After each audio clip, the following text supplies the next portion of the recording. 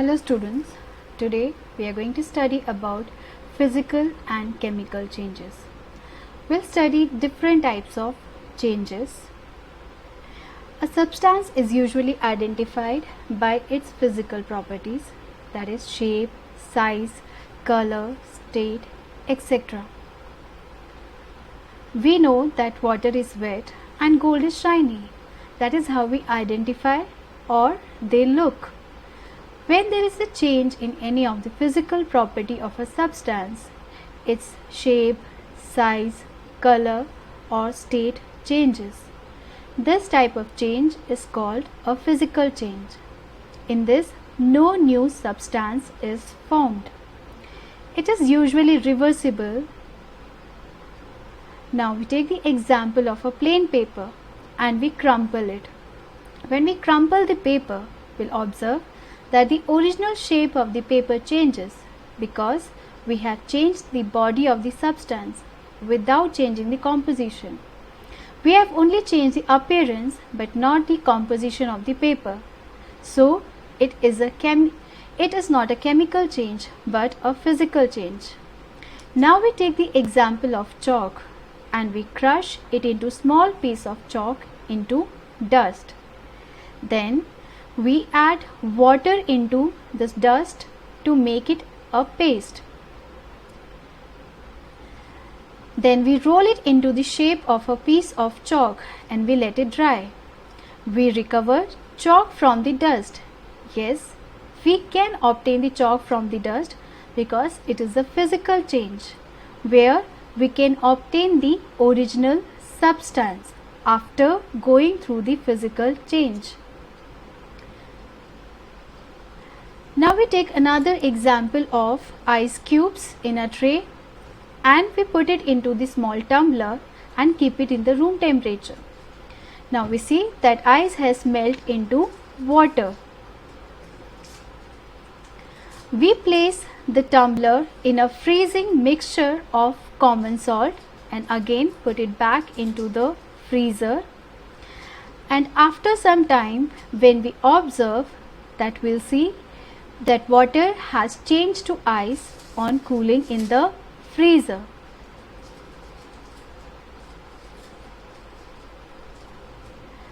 Then take some ice cubes out of the freezer and put them in a beaker and leave the beaker for some time. We'll observe that ice has turned into water. That is, the state of matter has changed. Now, when we want to inhale the steam or when we have cold, we would still have the remaining half measure of water, and we see when we boil water or when we heat the water, then it changes into the vapor.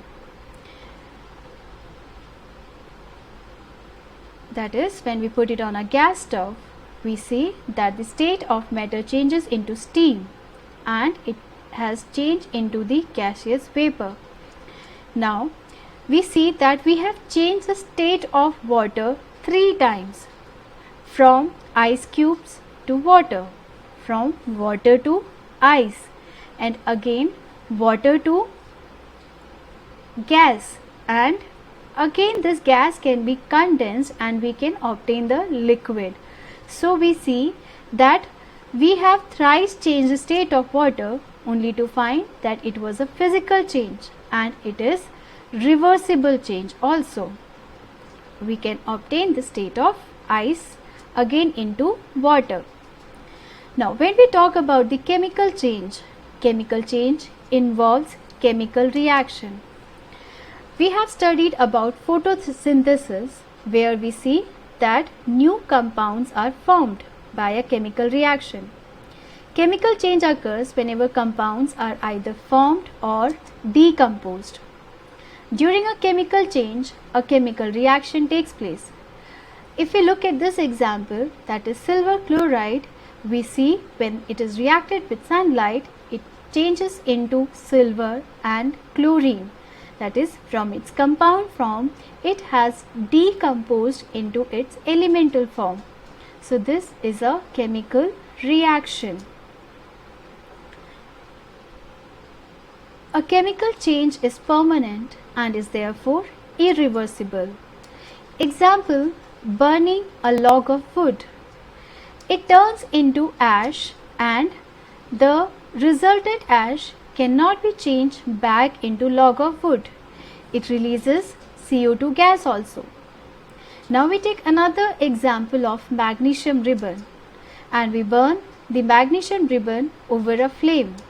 We have held the magnesium ribbon with the help of tongs and put magnesium on the flame. When we bring it near the flame, we'll see that magnesium burns with a white dazzling light, and when it is completely burned, it is changing into white powdery ash. So we notice a white powdery ash is left behind when the magnesium ribbon is completely burned. So magnesium has reacted with oxygen while burning and it has formed a new compound which is MgO, that is magnesium oxide, and we obtain a new substance of powdery ash of magnesium. Now we collect this white ash and drop it into the beaker and we stir it. Now stir the mixture thoroughly and we test it with the litmus paper. When we put red litmus into this solution, we'll see it has changed into blue color, whereas there is no change in the blue litmus paper. Now we know that when the red litmus paper turns into blue color, it shows that the solution obtained is basic in nature. So magnesium ribbon, when burned, it has formed magnesium oxide and we obtain the powdery ash of magnesium. This powdery ash we have put in the solution of water and we obtain another new substance which is called as magnesium hydroxide. Now we know that magnesium oxide is basic and this change involves the formation of light and heat, and this change is permanent and irreversible. Magnesium oxide enters into chemical reaction with water forming MgOH2, that is magnesium hydroxide, and this magnesium hydroxide is basic in nature. Now another example is we have taken the copper sulfate crystals. These are the copper sulfate crystal and we are going to add it into the water solution. And when we add it into the water solution, it will become copper sulfate solution.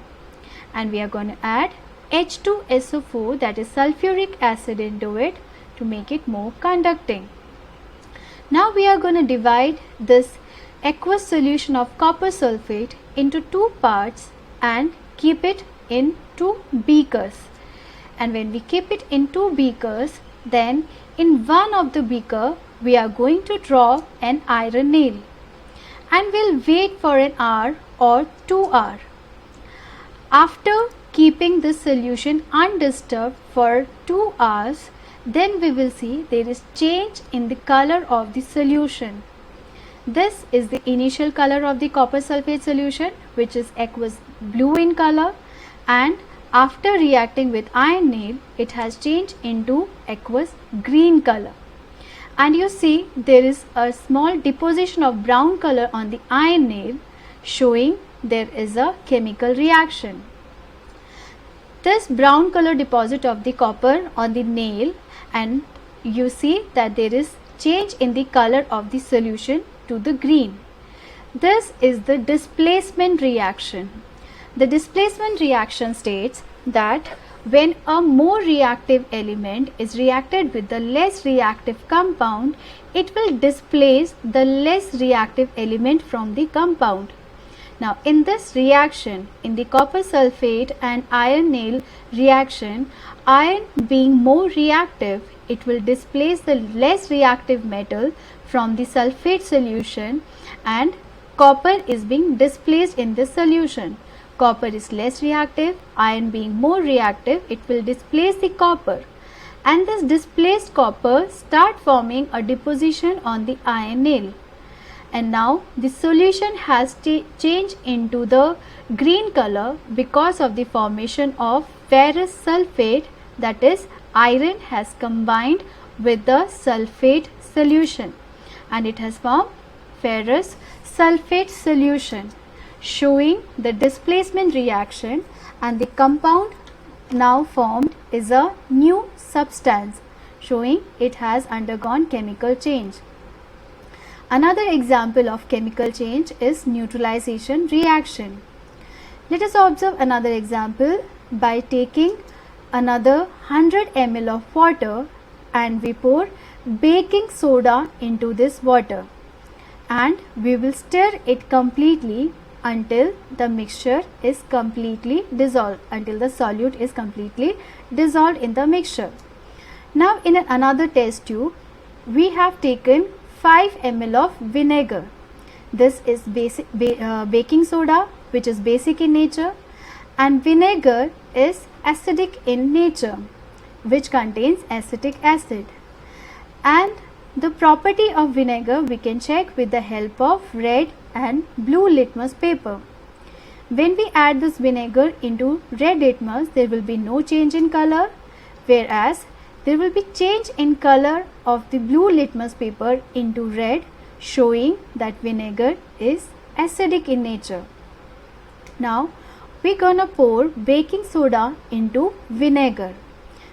Baking soda is a base and vinegar is acidic. Now we have mixed both baking soda and vinegar and we will see what changes occurs. We'll see that there is evolution of the bubbles here. Bubbles start forming once we start mixing the baking soda with the vinegar.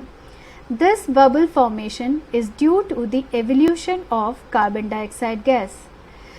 Whenever we mix this baking soda with the vinegar, it releases CO2 gas. This we can see with the soda can also. When we open the soda can, it releases the fizz formation. That fizz is showing the release of CO2. Now we have mixed the baking soda with the vinegar and it has released the CO2 gas. Again we are going to check with the blue and red litmus. Red litmus as usual does not show any change. Blue litmus also does not show any change this time. Now vinegar is acidic. It should turn blue litmus into red, but now it will not turn into red color, showing that it has become a neutral solution. This reaction is called as neutralization reaction. When baking soda is added to this vinegar, the new solution does not bring any change in the color of litmus paper because it has become neutral in nature. So we can say that in neutralization reaction, the base and the acid both cancel out each other's property and they become a neutral substance. Vinegar is an acidic solution. Baking soda is a base. So this type of reaction is known as neutralization reaction.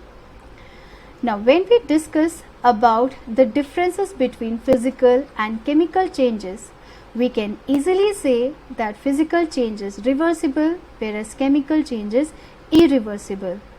Physical change involves changes in the texture, size, shape, color, odor, volume, mass, weight, density, etc. All these are the physical properties. And it also involves change in the color, state, temperature and energy.